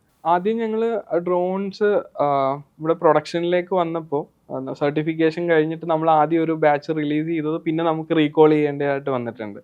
അതെന്ന് പറഞ്ഞാൽ ആദ്യം നമ്മളുടെ പ്രൊഡക്റ്റ് നമ്മളുടെ എല്ലാ കണ്ടീഷൻസും മീറ്റ് ചെയ്യുന്ന ഒരു പ്രൊഡക്റ്റ് ആയിരുന്നു. എന്നാൽ അതൊരു എൻഡ് യൂസറിലേക്ക് വന്നപ്പോൾ അവർക്ക് ഒരുപാട് എക്സ്പെക്ടേഷൻ ഉണ്ടായിരുന്നു. അവർക്ക് ഈസായിട്ട് വളരെ എളുപ്പത്തിൽ ഉപയോഗിക്കാൻ അവരുടേതായ ഡിമാൻഡുകൾ ഉണ്ടായിരുന്നു. പിന്നെ ഞങ്ങൾ ആ പ്രൊഡക്റ്റ് റീകോൾ ചെയ്തിട്ട് അവർക്ക് പ്രോപ്പറായിട്ട് ട്രെയിനിങ്സ് കൊടുത്തു. അതുപോലെ തന്നെ അവരുടെ റിക്വയർമെൻറ്റിന് അനുസരിച്ചിട്ട് നമ്മൾ ഡ്രോൺസിൽ മൈന്യൂട്ടായിട്ടുള്ള ചേഞ്ചസ് വരുത്തി നമ്മൾ പിന്നെ അഗെയിൻ അവർക്ക് കൊടുക്കുമായിരുന്നു. അപ്പം നമ്മൾ കുറച്ചുകൂടെ അവരെ മനസ്സിലാക്കി, അവരുടെ നീഡ് മനസ്സിലാക്കി നമ്മൾ അവരിലേക്ക് പ്രൊഡക്റ്റ് എത്തിക്കാൻ തുടങ്ങി. പിന്നീടാണ് ഇത് വിപുലീകരിച്ച് പുറം രാജ്യങ്ങളിൽ നിന്ന് കോൾ വരുന്നത്. സ്വാഭാവികമായിട്ടും നമ്മുടെ കേരളത്തിൽ കളമശ്ശേരി ആസ്ഥാനമാക്കി ഉണ്ടാക്കുന്ന ഒരു പ്രോജക്റ്റ്, അത് കേരളത്തിൽ തന്നെ ഒരു ഇന്നോവേറ്റീവായ ഇനീഷ്യേറ്റീവാണ്. പിന്നീട് അതിന് മറ്റ് സംസ്ഥാനങ്ങളിലേക്കും ഒപ്പം പുറത്തെ രാജ്യങ്ങളിലേക്ക് ഇതിനാവശ്യക്കാർ വരുന്നു എന്നുള്ളത്. അപ്പോൾ അവിടെ എങ്ങനെയാണ് ഇത് അവതരിപ്പിക്കുന്ന ഒരു സാഹചര്യം? ആക്ച്വലി നമുക്ക് ഇപ്പോൾ Kerala startup mission maker village hardware സെഷനാണ്, നമ്മൾ അവിടെയാണ് ഇൻക്യുബേറ്റ് ചെയ്തിരിക്കുന്നത്. അപ്പോൾ കേരള സ്റ്റാർട്ടപ്പ് മിഷനിൽ മേക്കർ വില്ലേജായിട്ട് ഒത്തിരി പ്രോഗ്രാംസ് നടക്കുന്നുണ്ട്. അപ്പോൾ ഈ പ്രോഗ്രാമിൻ്റെ പാർട്ടായിട്ട് നമ്മളിപ്പോൾ ഓരോ ഓപ്പർച്യൂണിറ്റി മിസ് ചെയ്യാറില്ല, എല്ലാ ഓപ്പർച്യൂണിറ്റിയിലും നമ്മൾ പാർട്ടാവുക. അങ്ങനെ ഒരു ബിഗ് ഡെമോ ഡേ അങ്ങനത്തെ ഒരു പ്രോഗ്രാമിൽ പങ്കെടുക്കുമ്പോഴാണ് അപ്പോൾ ഈ പല രാജ്യങ്ങളിലുള്ള പ്രതിനിധികൾ അവിടെ ഉണ്ടാവും. അപ്പോൾ അങ്ങനെ നമ്മളൊരു പ്രസൻറ്റേഷനിൽ നിന്നാണ് നമുക്കിങ്ങനെ ഒരു മെയിൽ വരുന്നത്. ഇങ്ങനെ ഒരു ഇപ്പോൾ കാനഡയിൽ നിന്നാണ് ഇനിഷ്യലി ഒരു വന്നത്. അതിനുശേഷം നമ്മൾ അവിടെ ഇൻക്യുബേറ്റ് ചെയ്യാനുള്ള നമ്മൾ കുറേ ആലോചിച്ചു. ലൈക്ക് ഇവിടുന്ന് അങ്ങോട്ട് ഭയങ്കര ആ സമയത്ത് ഭയങ്കര കൺഫ്യൂസ്ഡാണ്. നമ്മളിവിടെ ഒരു ഭയങ്കര പൊട്ടൻഷ്യലിലേക്ക് എത്തുന്നേ ഉള്ളൂ. നമ്മൾ സ്റ്റാർട്ടിങ് ലെവലാണ്. ഇപ്പോൾ തന്നെ നമ്മൾ കാനഡയിൽ പോയിട്ട് എങ്ങനെയാണെന്നൊക്കെ. ബട്ട് നമ്മൾ ആ റിസ്ക് എടുക്കാൻ തയ്യാറായിരുന്നു. അങ്ങനെ നമ്മൾ കാനഡയിൽ ഇൻകോർപ്പറേറ്റ് ചെയ്തു. അതിനുശേഷമാണ് UK ഒരു ഗ്ലോബൽ ഓണ്ടർപ്രണർഷിപ്പ് ഡെവലപ്മെൻറ്റ് പ്രോഗ്രാം എന്ന് പറഞ്ഞൊരു പ്രോഗ്രാമിലേക്ക് നമ്മൾ സെലക്ട് ചെയ്തു. അപ്പോൾ ആ സെലക്ട് ചെയ്ത ഒരു 1 year പ്രോസസ്സായിരുന്നു. ബട്ട് ആ 1 year പ്രോസസ്സ് നമ്മൾ കംപ്ലീറ്റ് ചെയ്തു വെച്ചാൽ പല ലെവൽ ഓഫ് പ്രസൻറ്റേഷൻസ് ഉണ്ട്. അപ്പോൾ ഇതെല്ലാം നമ്മൾ സെലക്റ്റഡ് ആയ ശേഷമാണ് പിന്നെ അവർ ഫുൾ സപ്പോർട്ടായിരുന്നു നമുക്ക് അവിടെ ഇൻകോർപ്പറേറ്റ് ചെയ്യാൻ വേണ്ടിയിട്ട്. അപ്പോൾ ഇപ്പോൾ നമ്മൾ വെർച്വലിയാണ് വർക്ക് ചെയ്തിരിക്കുന്നത്. ബട്ട് നമ്മളുടെ എല്ലാവരുടെയും വർക്ക് പെർമിറ്റ് എല്ലാം ഇപ്പോൾ ഓൺ ആയിട്ടുണ്ട്. അപ്പോൾ ഹോപ്പ്ഫുള്ളി നെക്സ്റ്റ് 2 months നമ്മൾ കുറച്ച് പേര് അങ്ങോട്ടേക്ക് മൂവ് ചെയ്യും ഓപ്പറേഷൻസ് സ്റ്റാർട്ട് ചെയ്യാനായിട്ട്. ഈ ഫാമിംഗ് സെക്ടറിനോടൊപ്പം തന്നെ ഇപ്പോൾ ഡിഫൻസ്, ഡിസാസ്റ്റർ മാനേജ്മെൻറ്റ് ഫീൽഡിലേക്ക് കൂടെ ഈ പ്രോജക്റ്റിന് നിങ്ങൾ സ്കെയിലബിൾ എന്ന നിലക്ക് വിപുലീകരിക്കുകയാണല്ലോ. അപ്പോൾ ഇതിൻ്റെ ഒരു എക്സ്പാൻഡ് ചെയ്യുന്ന ഘട്ടം ഏതാണെന്നുള്ളതും എങ്ങനെയാണ് ഇതിൻ്റെ ഒരു പുതിയ സാധ്യതകൾ കാണുന്നത്? ഇപ്പം ഇതൊരു എക്സ്പാൻഷൻ സ്റ്റേജിലാണ്. അത് ഞങ്ങളിലേക്ക് വന്നു എന്ന് തന്നെ പറയാം. അതായത് ഈ അഗ്രികൾച്ചറിലുള്ള ഒരു ഈ പ്രോജക്റ്റിൻ്റെ ഒരു സക്സസ്, അതുപോലെ തന്നെ നമ്മളുടെ ഈ പ്രോഡക്റ്റ് ഇൻഡിജിനിയസ്ഡ് ആയിട്ട് നമ്മൾ ഇൻട്രൊഡ്യൂസ് ചെയ്തു. അപ്പോൾ അതിന് ശേഷമാണ് ഞങ്ങൾക്ക് ഡിഫൻസ് സെക്ടറിൽ നിന്ന് റിക്വയർമെൻറ്റ്സ് വരുന്നത്. ഞങ്ങൾ അങ്ങോട്ട് പോയതല്ല, ബിക്കോസ് അതൊരു ഡിഫിക്കൽട്ട് ആയിട്ടുള്ളൊരു സെഗ്മെൻ്റ് ആണെന്നാണ് ഞങ്ങൾ വിചാരിച്ചിരുന്നത്. പക്ഷേ എന്നാൽ ഡിഫൻസ് സെക്ടറിൽ കൂടുതലും തദ്ദേശീയമായിട്ട് നിർമ്മിക്കുന്ന ഉപകരണങ്ങൾ അവരുടെ ആവശ്യങ്ങൾക്ക് ഉപയോഗിക്കുക എന്നുള്ളതാണ് അവരുടെ മോട്ടീവ്. അതുകൊണ്ട് തന്നെ ഈ അഗ്രികൾച്ചറിലുള്ള എക്സ്പെർട്ടൈസ്, ഈ ഡ്രോൺസിലുള്ള എക്സ്പെർട്ടൈസ് അവരിലേക്ക് നമ്മൾ ഇൻകോർപ്പറേറ്റ് ചെയ്യുമായിരുന്നു. അപ്പോൾ അതിനുശേഷം ഞങ്ങൾ ആദ്യം ഒരു NPOLൻ്റെ ഒരു പ്രൊജക്റ്റിലേക്ക് വരുന്നു. അതിനുശേഷം നമ്മൾ കൊച്ചി ഷിപ്പ് യാർഡിൻ്റെ ഒരു ജോയിൻറ്റ് ഡെവലപ്മെൻറ്റിലേക്ക് നമ്മൾ വരുന്നു. പിന്നെ NSTLൻ്റെ പ്രൊജക്റ്റിലേക്ക് വരുന്നു. പിന്നെയാണ് നമ്മൾ സേഫ്റ്റി മൾട്ടി സെക്ടറുകളിൽ നമുക്ക് ഈ ഡ്രോൺസിൻ്റെ റിക്വയർമെൻറ്റുകൾ വരുന്നത്. അപ്പോൾ സേഫ്റ്റി സെക്ടറിലേക്ക് നമ്മൾ ഫോറസ്റ്റ് ഫയേഴ്സ് കൺട്രോൾ ചെയ്യാൻ വേണ്ടിയിട്ട് ഫയർ എക്സ്റ്റിങ്ക്യൂഷർ ബോൾസ് ഡ്രോപ്പ് ചെയ്യുന്നതിന് വേണ്ടിയിട്ടുള്ള ഒരു പ്രൊജക്റ്റിലേക്ക് വരുന്നു. അപ്പോൾ അങ്ങനെയുള്ള ഓരോ പ്രൊജക്റ്റുകൾ നമ്മളെ തേടിയെത്തുമായിരുന്നു നമ്മൾ ഈ ഒരു അഗ്രികൾച്ചറിലുള്ള ഒരു സക്സസ് മോഡലിൽ നിന്ന് വരുന്നത്. അഥവാ ഈ അഗ്രി സെക്ടറിൽ നിന്നാണ് ഈ ടെക്നോളജി കൂടി ഇംപ്ലിമെൻറ്റ് ചെയ്തിട്ടുള്ള ഒരു പ്രോജക്റ്റ് വരുന്നത്. അപ്പോൾ ടെക്നോളജി ഓരോ ദിവസവും അപ്ഡേറ്റ് ആയിക്കൊണ്ടിരിക്കുകയാണ്. അപ്പോൾ നിങ്ങളുടെ ഒരു റിസർച്ചിൻ്റെ ഒരു സ്റ്റേജ് എങ്ങനെയാണ്? കാരണം ഓരോ ദിവസവും ഈ പ്രോഡക്റ്റ് കൂടുതൽ അഡ്വാൻസ്ഡ് ആകുമ്പോഴാണല്ലോ ഇതിന് ഡിമാൻഡ് കൂടുന്നത്. അപ്പോൾ ടെക്നോളജി വളരുന്നതനുസരിച്ച് നിങ്ങളുടെ റിസർച്ചിൻ്റെ സ്റ്റൈൽ മാറുന്നുണ്ടോ? എങ്ങനെയാണ് പരിപാടി എന്നുള്ളത്? അതെന്താണെന്ന് വെച്ചാൽ നമ്മൾ ഇനിഷ്യലി ഉണ്ടാക്കിയത് ഒരു ഫിയാ ക്യൂരിറ്റ് എന്ന് പറഞ്ഞിട്ടൊരു 10 ലിറ്റർ ഡ്രോൺ ആണ്. അപ്പോൾ നമ്മളിത് ഫാമേഴ്സ് യൂസ് ചെയ്യാൻ തുടങ്ങി. ഇപ്പോൾ ഒരെണ്ണം പർച്ചേസ് ചെയ്ത് ഫാമർ 2 എണ്ണം വാങ്ങാൻ തുടങ്ങി, 3 എണ്ണം വാങ്ങാൻ തുടങ്ങി. പക്ഷെ നമ്മൾ അവരെ ഫാർമർ ടു അഗ്രോ ഓൺടർപ്രണർ ആക്കുന്ന ഒരു മോഡൽ വർക്ക്ഔട്ട് ചെയ്യാൻ തുടങ്ങി. നമ്മൾ ഇവർ പർച്ചേസ് ചെയ്യുന്നതുകൊണ്ട് അവർക്ക് അവരുടെ ഫാം ലാൻഡിൽ യൂസ് ചെയ്യാം, മറ്റ് ഫാമേഴ്സിന് ചെയ്തു കൊടുക്കാം. ഇത് കണ്ടിട്ടാണ് നമ്മൾ അങ്ങനെ ഒരു മോഡൽ വർക്ക്ഔട്ട് ചെയ്യാൻ തുടങ്ങി. അപ്പോൾ ഇങ്ങനെ ചെയ്തു തുടങ്ങിയ ശേഷം ആ ഫാമേഴ്സിന് കിട്ടുന്നൊരു ബെനിഫിറ്റ് വന്നിട്ട് അവർ നമ്മളോട് ഇങ്ങോട്ട് റിക്വയർമെൻ്റ് ആയിട്ട് വന്നു, നിങ്ങൾ ഇനി സീഡ് സ്പ്രേ ചെയ്യുന്ന ഡ്രോൺ തന്നാൽ നല്ലതായിരിക്കും. അതുപോലെ ഫോറസ്റ്റേഷനൊക്കെ വേണ്ടിയിട്ട് സീഡ് ഷൂട്ടിങ് അങ്ങനത്തെ പേർപ്പസിൽ വർക്ക് ചെയ്യാം. പിന്നെ അതുപോലെ ഇപ്പോൾ നോർത്ത് ഈസ്റ്റ് റീജിയണിലൊക്കെ ആണെങ്കിൽ അവിടെ ഫാമേഴ്സിന് ഈ നമ്മുടെ ബയോ ഏജൻസ് ഒക്കെ ക്യാരി ചെയ്യാനുള്ള കുറച്ച് ബുദ്ധിമുട്ടുണ്ട് ഹയർ ഏരിയാസിലോട്ട്. സോ അവർക്കൊരു ഡെലിവറി പർപ്പസ് വേണം എന്ന് പറഞ്ഞിരുന്നു.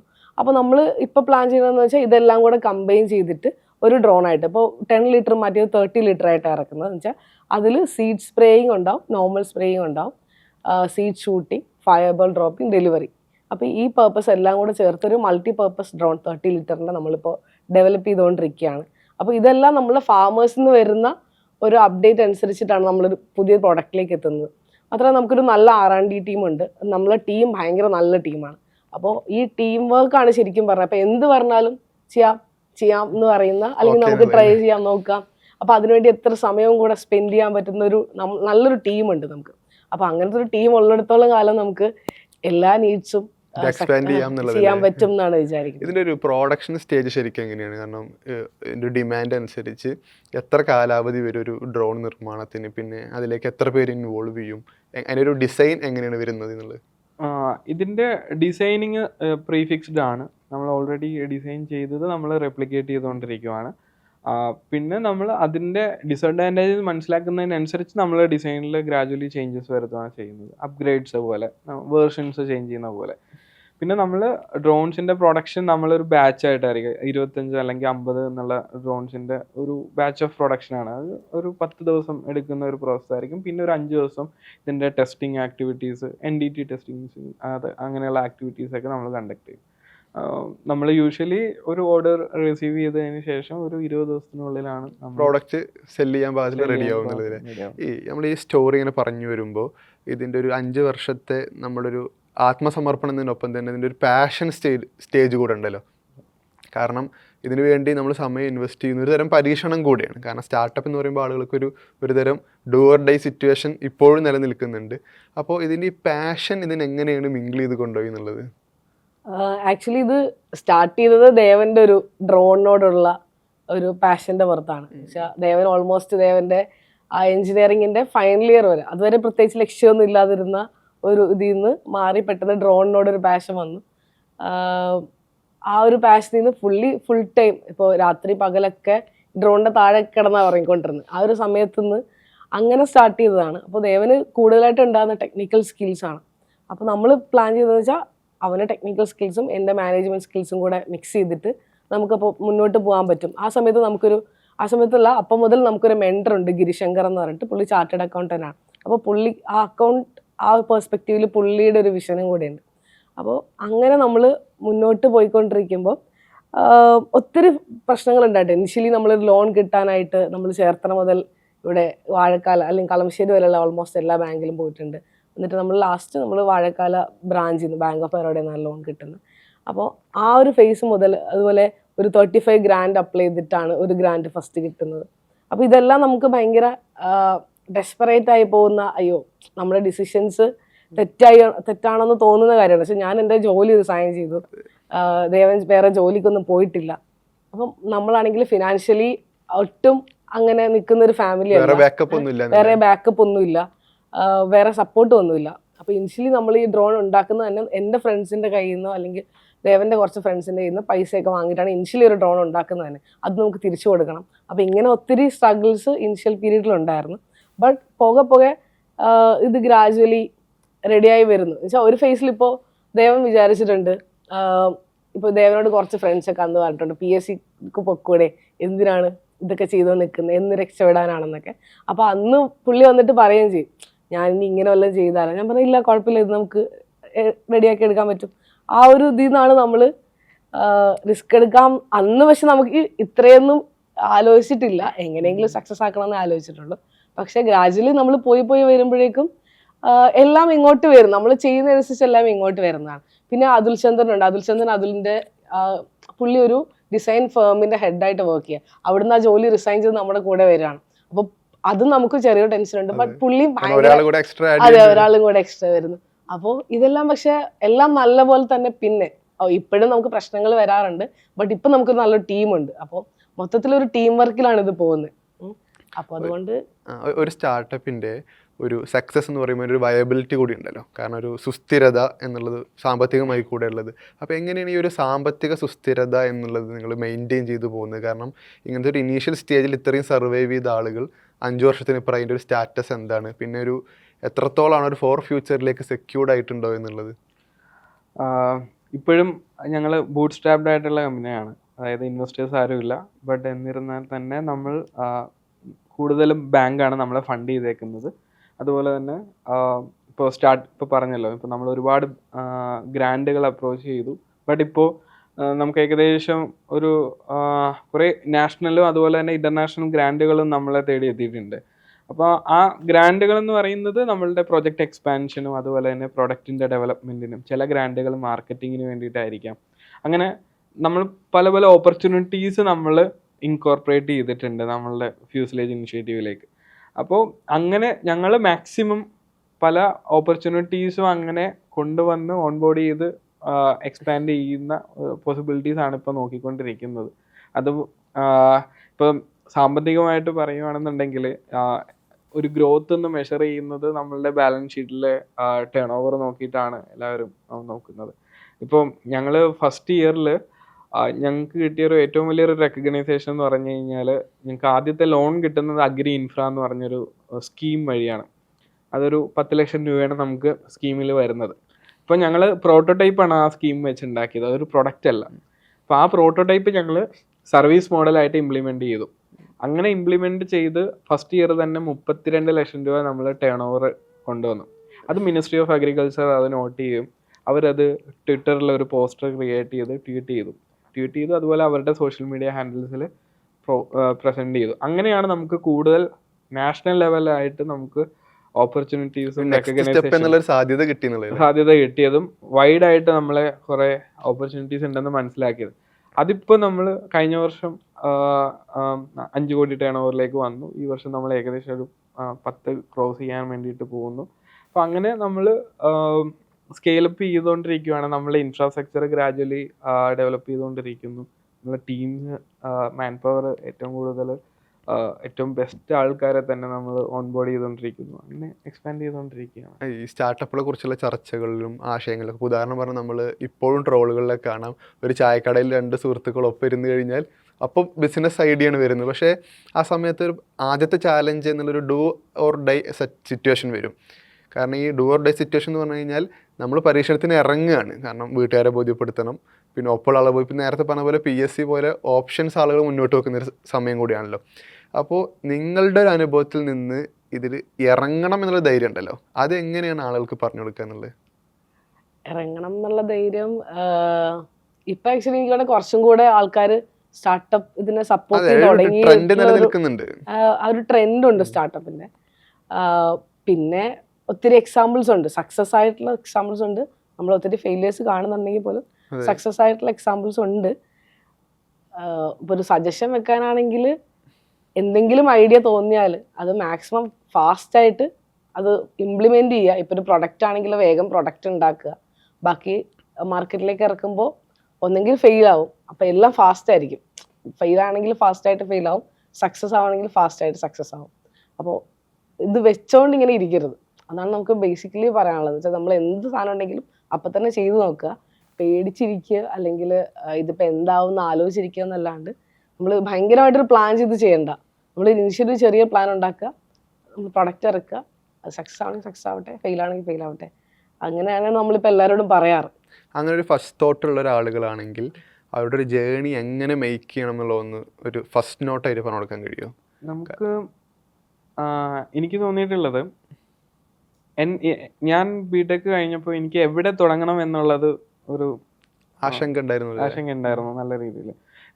എവിടെ കമ്പനി പ്ലേസ് ചെയ്യണം, എവിടെ നിന്ന് വർക്ക് ചെയ്യണം, ഇങ്ങനെയുള്ള പ്രശ്നങ്ങളുണ്ടായിരുന്നു. അപ്പോൾ ഇത് കേരള സ്റ്റാർട്ടപ്പ് മിഷൻ എന്ന് പറഞ്ഞൊരു എക്കോസിസ്റ്റമാണ്. ഇതുപോലെ തന്നെ കേരളത്തിൽ തന്നെ ഏകദേശം ഒരു 62 ഇൻക്യുബേറ്റേഴ്സ് ഉണ്ട്. അതായത് സ്റ്റാർട്ടപ്പ് ഐഡിയകൾ പ്രൊമോട്ട് ചെയ്യുന്ന ഒരുപാട് ഇനിഷ്യേറ്റീവുകളുണ്ട്. അപ്പം അവിടെ ഒരുപാട് ഫണ്ടിങ് ഓപ്ഷൻ ഉണ്ട്, ഇൻഫ്രാസ്ട്രക്ചർ ഓപ്ഷൻ ഉണ്ട്, ടെസ്റ്റിംഗ് ഫെസിലിറ്റികളുണ്ട്. അപ്പോൾ ഐഡിയ ടു പ്രൊഡക്റ്റ് എന്ന് പറയുന്ന ആ ഒരു ജേണി സപ്പോർട്ട് ചെയ്യാൻ വേണ്ടിയിട്ട് ഗവൺമെൻറ് ഗ്രാൻഡുകളും അലോക്കേഷനൊക്കെ ഉണ്ട്. അപ്പോൾ ഇതെല്ലാം നമ്മൾ അന്നത്തെ കാലഘട്ടത്തിൽ ഇതൊന്നും അറിയാനുള്ള റിസോഴ്സസ് ഇല്ലായിരുന്നു. ബട്ട് ഇന്ന് നമുക്കിവിടെ നമ്മളെ അടുത്ത് തന്നെ ഉണ്ട്, ഓരോ ജില്ലകളിലും ഉണ്ട് ഇപ്പോൾ. അപ്പോൾ അതുകൊണ്ട് തന്നെ അങ്ങനെയുള്ള ഫെസിലിറ്റീസ് യൂസ് ചെയ്യുക. അതിന് വലിയൊരു കോസ്റ്റോ അങ്ങനെ ഒന്നും തന്നെ ഇല്ല. അവർ വെൽക്കമിങ് ആണ് അങ്ങനെയുള്ള ഇനിഷ്യേറ്റീവുകളും. അതുപോലെ തന്നെ ഇപ്പോൾ ഒരു പേറ്റൻറ്റ് അങ്ങനെയുള്ള ഒരു IP വരുമ്പോഴൊക്കെ കുറേ കൂടെ അത് അതിൻ്റെ വാല്യൂ ജനറേറ്റ് ചെയ്യുവാണ്. അപ്പോൾ അങ്ങനെയുള്ള ഇനിഷ്യേറ്റീവ്സിനെ സപ്പോർട്ട് ചെയ്യാൻ വേണ്ടിയിട്ട് ഒരുപാട് ഇനിഷ്യേറ്റീവ്സ് ഉണ്ട്. അതെല്ലാം യൂസ് ചെയ്യുക എന്നുള്ളതാണ്. ഈ ഒരു ജേണിൻ്റെ ഭാഗമായിട്ട് സ്വാഭാവികമായിട്ടും ഇപ്പോൾ ദേശീയ അന്തർദേശീയ വേദികളിലൊക്കെ പോയി പങ്കെടുത്ത് സംസാരിക്കുന്ന സമയത്ത് നമ്മളുടെ ഒരു നാട്ടിലെ ചുറ്റുപാടനുസരിച്ച് നമ്മുടെ വിദ്യാഭ്യാസ സമ്പ്രദായത്തിലൊക്കെ ഏത് തരം ഒരു പ്രൊമോഷനാണ് ഈ സ്റ്റാർട്ടപ്പ് എന്നൊരു ആശയത്തിന് കൊടുക്കേണ്ടത് എന്നുള്ളത് തോന്നിയിട്ടുണ്ട്? അല്ലെങ്കിൽ എങ്ങനെ അത് ഇംപ്ലിമെൻ്റ് ചെയ്യാൻ ഒരു ചെറിയ കുട്ടികളുടെ ഒരു തോട്ടിൽ അത് വരണം എന്നുള്ള കാര്യത്തിൽ? ഈവൻ ഞാൻ ഉൾപ്പെടെ എനിക്കെപ്പോഴും തോന്നിയിട്ടുള്ള ബിസിനസ് ചെയ്യുന്നവർ ഭയങ്കര കണ്ണിങ് ആണ്. അങ്ങനെയാണ് പണ്ട് മുതലേ. ബിസിനസ് ഒരു സ്റ്റേബിൾ അല്ല, ഭയങ്കര ചില സമയത്ത് കുറെ പൈസ ഉണ്ടാവും, ചില സമയത്ത് ഒന്നും ഉണ്ടാവില്ല. ഇങ്ങനെയൊക്കെയുള്ളൊരു അങ്ങനത്തെ കുറെ ധാരണകളിൽ നിന്നാണ് നമ്മൾ വളർന്നു വരുന്നത്. അപ്പൊ എന്റെ ഉള്ളിൽ ഉൾപ്പെടെ ബിസിനസ്സുകാരെല്ലാം ക്രൂക്ക്ഡാണ്. അവർ ഭയങ്കര കാശ് മാത്രം നോക്കി. അപ്പൊ അങ്ങനെയൊക്കെയാണ്. പക്ഷെ നമ്മൾ വൺസ് ഇതിലേക്ക് നമ്മൾ ലാൻഡ് ചെയ്യപ്പെടുക ചെയ്യുന്നത്. അങ്ങനെ വന്നു കഴിയുമ്പോഴേക്കും നമുക്ക് മനസ്സിലാവും ഇങ്ങനൊന്നും അല്ല. അപ്പോൾ നമ്മളും കോളേജിൽ പോയി ക്ലാസ് എടുക്കാറുണ്ട്, ട്രെയിനിങ്സ് കൊടുക്കാറുണ്ട്. ഇപ്പോഴൊക്കെ നമ്മൾ പറയുന്നത് ഇനിഷ്യലി നമ്മൾ സ്റ്റാർട്ട് ചെയ്തത് ഒരു ജോലി എന്നതിനപ്പുറം, ജോലിക്ക് പോയി വരുമാനം ഉണ്ടാക്കുന്നതിലപ്പുറം നമ്മൾ ഒരു കൺട്രിയിലേക്ക് അല്ലെങ്കിൽ നമ്മൾ നിൽക്കുന്ന സ്ഥലത്തേക്ക് നമ്മൾ കോൺട്രിബ്യൂട്ട് ചെയ്യണം. നമ്മുടെ ഒരു എക്കോസിസ്റ്റത്തിലേക്ക് അല്ലെങ്കിൽ നമ്മുടെ ഒരു കൺട്രിയുടെ GDP-യോട് നമ്മൾ കോൺട്രിബ്യൂട്ട് ചെയ്യും. അതിനും അപ്പുറം നിങ്ങൾ ഡെയിലി ചെയ്യുന്നൊരു ജോലിയിൽ സാറ്റിസ്ഫൈഡ് അല്ലാത്ത ഒത്തിരി ആൾക്കാരുണ്ട്. സോ അവരുടെ പാഷൻ ഫോളോ ചെയ്ത് അത് കൺവേർട്ട് ചെയ്ത് മണി ആക്കണമെങ്കിൽ അതൊരു ബിസിനസ് ഐഡിയയിലോട്ട് കൊണ്ടുവന്നു കഴിഞ്ഞാൽ അവർ ഏറ്റവും സന്തോഷത്തോടെ ചെയ്യുന്നൊരു കാര്യമായിരിക്കും അത്. ഒരിക്കലും ഒരു ജോലി ചെയ്യുന്ന ഫീലോ അങ്ങനെ ഒന്നും ഉണ്ടാവില്ല, ഒരു പ്രഷറോ ഒന്നും ഉണ്ടാവില്ല. അത് നമുക്കൊരു ബേസിക്കലി ഒരു 9 to 5 ജോബിൽ നിന്ന് മാറിയിട്ട് നമുക്കൊരു കൂടുതൽ ഇൻകം തരുന്നൊരു ബിസിനസ്സിലോട്ട് മാറ്റാൻ പറ്റും. അപ്പം ഇങ്ങനത്തെ കാര്യങ്ങൾ പറയാറുണ്ട്. ഇപ്പം നമ്മൾ ഡെലിഗേഷൻ പ്രോഗ്രാംസിനൊക്കെ നമ്മൾ പോകാറുണ്ട്. നമ്മൾ യൂറോപ്പിലും അതുപോലെ തന്നെ UAE പോകുമ്പോൾ അവിടെ ഒരുപാട് മലയാളി സ്റ്റുഡൻസ് തന്നെ അവിടെ റിസർച്ച് ആക്ടിവിറ്റീസുകളൊക്കെ കോർപ്പറേറ്റ്സിന് വേണ്ടിയിട്ട് ചെയ്യുന്നുണ്ട്. അപ്പം അവിടെ എന്ന് പറഞ്ഞു കഴിഞ്ഞാൽ അവരുടെ കരിക്കുലം സ്റ്റാർട്ട് ചെയ്യുമ്പോൾ തന്നെ ഓൺടർപ്രണർഷിപ്പിനെ കുറിച്ച് പഠിപ്പിക്കുന്നുണ്ട്. അവർ എങ്ങനെയാണ് നിലവിലുള്ള കോർപ്പറേറ്റ്സ് വർക്ക് ചെയ്യുന്നത്. അവിടെ കുറച്ചുകൂടെ കോർപ്പറേറ്റ്സിൻ്റെ പ്രൊജക്ട്സുകൾ അക്കാഡമിയ യൂണിവേഴ്സിറ്റീസിലേക്ക് വരുന്നുണ്ട്. ഇവിടെ അങ്ങനെയല്ല, കുറച്ചുകൂടെ കോർപ്പറേറ്റിനുള്ളിൽ തന്നെയാണ് പല പ്രൊജക്റ്റുകൾ എക്സിക്യൂട്ട് ചെയ്യുന്നത്. എന്നാൽ പക്ഷേ പുറത്തേക്ക് കൂടുതലും യൂണിവേഴ്സിറ്റികളിലേക്കൊക്കെ പ്രൊജക്റ്റ് വരുന്നുണ്ട്. അപ്പം അങ്ങനെയൊക്കെ ഉള്ളൊരു കൊളാബറേറ്റീവ് അറ്റ്മോസ്ഫിയർ കൂടുതലാണ്. അപ്പോൾ ഇവിടെ പക്ഷെ അത് ഇംപ്ലിമെൻ്റ് ചെയ്ത് വരുന്നുണ്ട്. അതുപോലെ തന്നെ കരിക്കുലത്തിലും ഇപ്പോൾ കോളേജുകളിൽ തന്നെ IEDCA പോലുള്ള ഇനിഷ്യേറ്റീവുകളൊക്കെ നടക്കുന്നുണ്ട്. അതുപോലെ തന്നെ സ്റ്റാർട്ടപ്പ് ഐഡിയ പിച്ചിങ് കോമ്പറ്റീഷൻസ് ഒക്കെ കോളേജ് ലെവലിൽ തന്നെ വരുന്നുണ്ട്. പക്ഷെ അതൊക്കെ ഇനി കുറച്ചുകൂടെ സ്കൂൾ ലെവലിൽ കൂടെ കൊണ്ടുവന്നു കഴിഞ്ഞാൽ, ബിക്കോസ് ഇപ്പോൾ ഏറ്റവും കൂടുതൽ കുട്ടികൾ സോഷ്യൽ മീഡിയയും കുറച്ചുകൂടെ ഇൻഫ്ലുവൻസ്ഡ് ആണ്. അപ്പോൾ സോഷ്യൽ മീഡിയയിലും അവർ നോക്കുമ്പോൾ ഓൺടർപ്രണേഴ്സ് ഇവിടെ കേരളത്തിൽ സെലിബ്രേറ്റ് ചെയ്യപ്പെടുന്നില്ല, ബട്ട് കുറച്ചുകൂടെ നോർത്ത് സൈഡിലൊക്കെ ഓൺടർപ്രണേഴ്സിനെയൊക്കെ സെലിബ്രേറ്റ് ചെയ്യപ്പെടുന്നുണ്ട്. അപ്പോൾ അങ്ങനെയുള്ള ആ ഒരു കൺവേർഷൻ കൂടെ വരുവാണെങ്കിൽ അവർക്കും കൂടെ അടുത്ത ജനറേഷൻ അവരാണല്ലോ, അപ്പോൾ അവർക്കും സ്റ്റാർട്ടപ്പ് ജേണിയിലേക്കൊക്കെ ഒരു കോൺഫിഡൻസ് കിട്ടും. അങ്ങനെയാണ് നമ്മൾ നോക്കി കാണുന്നത്. ഇപ്പോൾ ഈ 5 വർഷമായിട്ട് കേരളത്തിൽ ഒരു സംരംഭം നടത്തി അത് വിജയിച്ച ജേണിയുള്ള ഒരാളെന്ന നിലയ്ക്ക് ഇവിടുത്തെ ഒരു എക്കോസിസ്റ്റത്തെ എങ്ങനെയാണ് അഭിപ്രായം പറയാനുള്ളത്? കാരണം ഇപ്പോൾ നമ്മൾ നേരത്തെ മെൻഷൻ ചെയ്ത പോലെ തന്നെ ആഘോഷിക്കപ്പെടുന്ന സംരംഭകർ എന്ന് പറയുന്നത് ഒരു ടോപ്പ് 5 ലിസ്റ്റിലുള്ള ആളുകളായിരിക്കും. പിന്നെ നമ്മുടെ പ്രത്യക്ഷത്തിൽ നോക്കിക്കഴിഞ്ഞാൽ ഇപ്പോൾ ഈ എഡ്യൂടെക് ഫീൽഡിൽ നിന്നുള്ള ഓൺലൈൻ ട്യൂഷൻ പരിപാടികൾ പോലെയുള്ള അതിൻ്റെ ഹോർഡിങ്സും ബോർഡുകളും പ്രൊമോഷൻസൊക്കെ ആയിട്ട് ഒരു തരം സ്റ്റാർട്ടപ്പിൻ്റെ വേറൊരു സ്റ്റൈൽ പരിപാടിയാണ് കൂടുതലായിട്ട് പ്രൊമോട്ട് ചെയ്യപ്പെടുന്നത്. അതേ സമയത്ത് തന്നെ ഒരു പൊതുമധ്യത്തിൽ അത്ര ഇല്ലാത്ത, വിസിബിലിറ്റി ഇല്ലാത്ത, എന്നാൽ കേരളത്തിൽ തന്നെ അതല്ലെങ്കിൽ സൗത്തിൽ തന്നെ മുമ്പൊന്നും ഇല്ലാത്ത തരത്തിൽ ഒരുപാട് പുതിയ ഇനീഷ്യേറ്റീവ്സ് നിങ്ങളുടേത് ഉൾപ്പെടെ വരുന്നുണ്ട്. അപ്പോൾ ഈ നിങ്ങൾ കാണുന്നൊരു എക്കോസിസ്റ്റം എന്താണെന്നുള്ളത്? വൺസ് നമുക്ക് തോന്നിയിട്ടുള്ള വെച്ചാൽ നമുക്ക് വൺസ് റെക്കഗ്നീഷൻ കിട്ടിക്കഴിഞ്ഞാൽ പിന്നെ നമ്മൾ ആ ഒരു ലൈറ്റിൽ എത്തിക്കഴിഞ്ഞാൽ ഇത് കണ്ടിന്യൂസ്ലി ഈസിയാണ്, നമ്മൾ വന്നുകൊണ്ടിരിക്കും. നമ്മളായിട്ട് പ്രത്യേകിച്ച് ഒരു എഫേർട്ട് ഇടേണ്ട ആവശ്യമില്ല.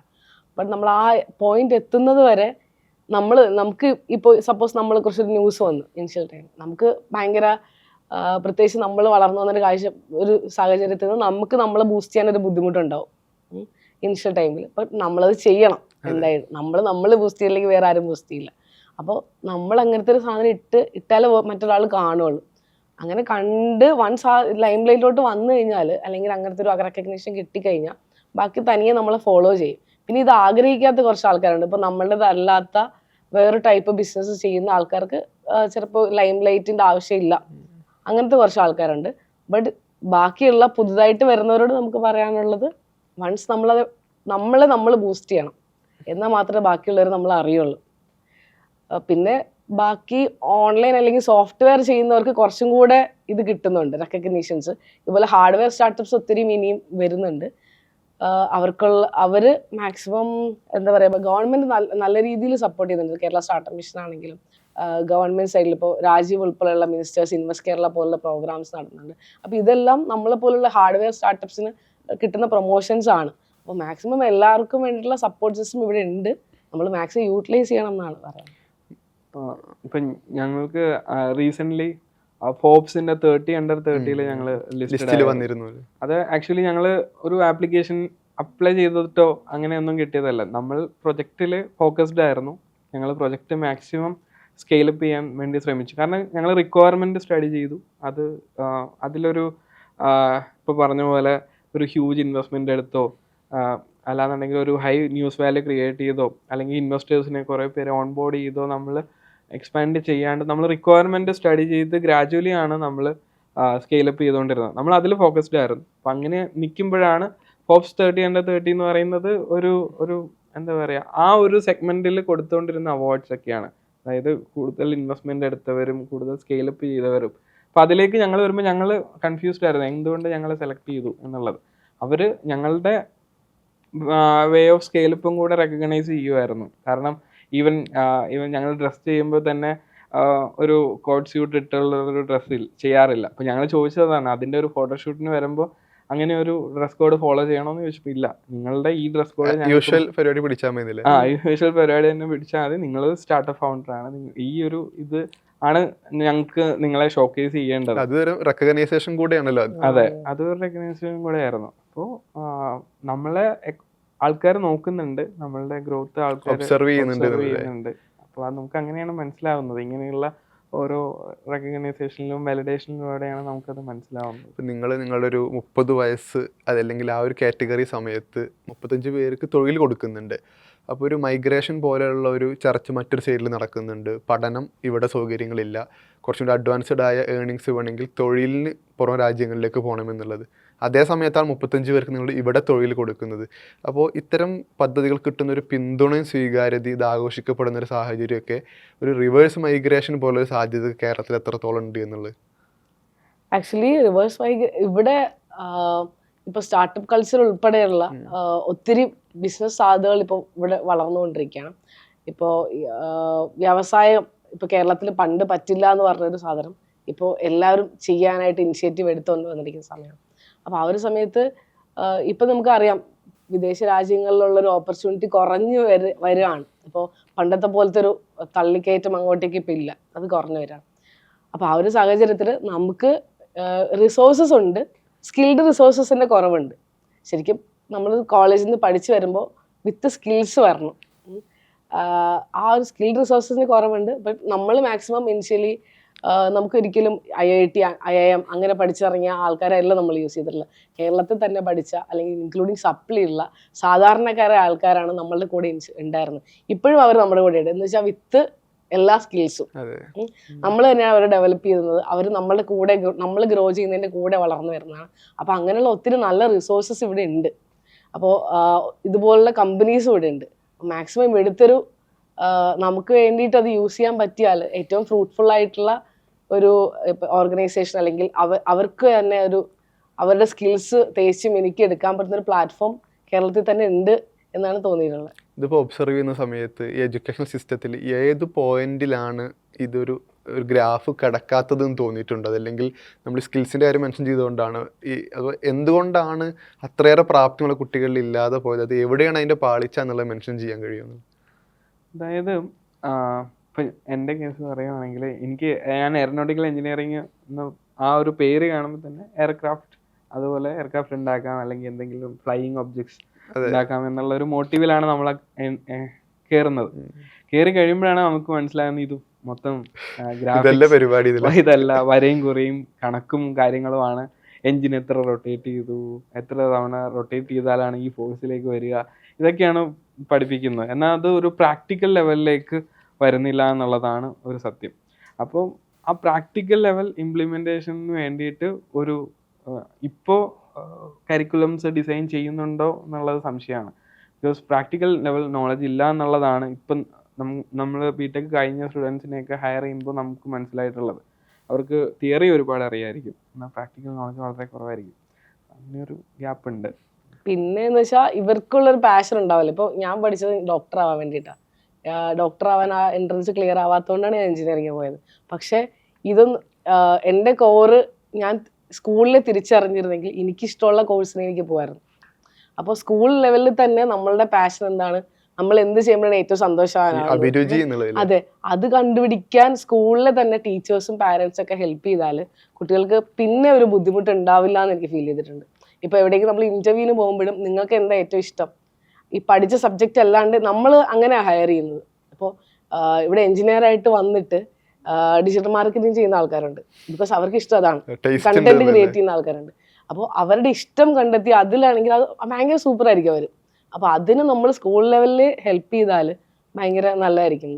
ഓക്കെ, അവസാനമായിട്ട് ഈ സ്റ്റാർട്ടപ്പിൻ്റെ ഒരു നെക്സ്റ്റ് ജനറേഷൻ നിലയ്ക്ക് നിങ്ങളൊരു എന്താണ് ഇത് എക്സ്പാൻഡ് ചെയ്യാനുള്ള പ്ലാൻ? ഒപ്പം നേരത്തെ മെൻഷൻ ചെയ്തതുപോലെ ടെക്നോളജി അനുദിനം പുതിയ ട്രെൻഡ് വന്നുകൊണ്ടിരിക്കുകയാണല്ലോ. നിങ്ങളെ ഒരു പ്രോഡക്റ്റ് ആണെങ്കിൽ അബ്സല്യൂട്ട്ലി ടെക്നോളജിയാണ് അതിൻ്റെ ബേസ് എന്നുള്ളത്. അപ്പോൾ ഒരു നെക്സ്റ്റ് ജനറേഷൻ പ്ലാൻ എന്താണെന്നുള്ളത്? നെക്സ്റ്റ് ജനറേഷൻ പ്ലാൻ എന്ന് പറയുന്നത് കൂടുതൽ പ്രൊഡക്ട്സ് ഇൻട്രൊഡ്യൂസ് ചെയ്യുക എന്നുള്ളതാണ് മൾട്ടിപ്പിൾ സെക്ടറുകളിലേക്ക്. ഇപ്പോൾ നമ്മൾ തുടക്കം കാലഘട്ടം തൊട്ടേ ഒരു ഇമ്പാക്റ്റ് ഓറിയൻറ്റഡ് ആയിട്ടാണ് ഞങ്ങൾ വർക്ക് ചെയ്യുന്നത്. അത് നമ്മളൊരു പ്രൊഡക്റ്റ് ഇൻട്രൊഡ്യൂസ് ചെയ്യുന്നത് മാത്രമല്ല, അത് യൂസ് ചെയ്യുന്ന ആൾക്ക് എത്രത്തോളം റിസൾട്ട് ഉണ്ടാവുന്നുണ്ട്, അതാണ് നമ്മളുടെ മോട്ടീവ് അതായിരുന്നു. അപ്പോൾ ആ ഒരു ഇമ്പാക്റ്റ് ഓറിയൻറ്റഡ് ആയിട്ട് മുന്നോട്ട് പോവുക എന്നുള്ളതാണ് ചിന്തിക്കുന്നത്. അപ്പോൾ അതിൻ്റെ കൂടെ തന്നെയാണ് ഞങ്ങൾ 2 ഇനിഷ്യേറ്റീവ് ഇവിടെ തുടങ്ങിയത്. ഫ്യൂസലേജ് ഫൗണ്ടേഷൻ, അതൊരു സസ്റ്റൈനബിൾ ഇനിഷ്യേറ്റീവാണ്. അത് ഒരുപാട് ഇൻക്ലൂഡിങ് ബാക്ക്വേർഡ് കമ്മ്യൂണിറ്റീസിനെ ടെക് ബേസ്ഡ് ആയിട്ടുള്ള സപ്പോർട്ട് കൊടുക്കുക എന്നുള്ള ഒരു ഇനിഷ്യേറ്റീവിലാണ് തുടങ്ങിയത്. പിന്നെ ഫ്യൂസലേജ് ഫ്ലൈയിങ് ക്ലബ്ബ്, അത് ട്രെയിനിങ്സ് കണ്ടക്ട് ചെയ്യുക, അതായത് ടെക്നോളജി ആളുകളിലേക്ക് എത്തിക്കാനുള്ള ഒരു പ്ലാറ്റ്ഫോം എന്നുള്ള രീതിയിലാണ് ഫ്ലൈയിങ് ക്ലബ്ബ് തുടങ്ങിയത്. അപ്പം അങ്ങനെയുള്ള ഇനിഷ്യേറ്റീവ്സുമായിട്ട് മുന്നോട്ട് പോവുക, അത് മാക്സിമം എക്സ്പാൻഡ് ചെയ്യുക. ഇപ്പോൾ നമുക്ക് പ്രൗഡായിട്ട് തോന്നിയിട്ടുള്ളത് ഇപ്പം ഒരു മെയ്ക്ക് ഇൻ കേരള അല്ലെങ്കിൽ ഒരു മെയ്ക്ക് ഇൻ ഇന്ത്യ പ്രോഡക്റ്റ് നമ്മളുടെ വിദേശ രാജ്യങ്ങളിൽ റെപ്ലിക്കേറ്റ് ചെയ്യുക എന്നുള്ളത്. അതായത് ആ ഒരു IP അവർ ആ ഒരു രാജ്യത്തേക്ക് സ്കെയിലപ്പ് ചെയ്യാൻ പറ്റും. ഇപ്പം നമ്മൾ നേരത്തെ ഒരു ഇസ്രായേൽ മോഡൽ ടെക്നോളജി നമ്മളുടെ കൃഷി അവിടെ പോയി പഠിച്ചിട്ട് ഇവിടെ വന്ന് ചെയ്യുന്നത്, ഞങ്ങൾക്കത് പ്രൗഡായിട്ട് പറയാൻ നമ്മളുടെ മോഡൽ മറ്റുള്ള രാജ്യം ഇംപ്ലിമെന്റ് ചെയ്യുകയാണ്. അപ്പം ഇതൊക്കെയാണ് നമ്മൾ മൂവ് ഫോർവേഡ് ചെയ്യുന്നത്. അപ്പോൾ അങ്ങനെയുള്ള ഇനിഷ്യേറ്റീവുകൾ കൂടുതൽ കൊണ്ടുവരിക. ഇപ്പോൾ ഞങ്ങൾ ഡിഫൻസ് സെക്ടർ ആണെങ്കിലും നമ്മളുടെ ആർമി, ഇവരെയൊക്കെ മാക്സിമം സപ്പോർട്ട് ചെയ്യുക.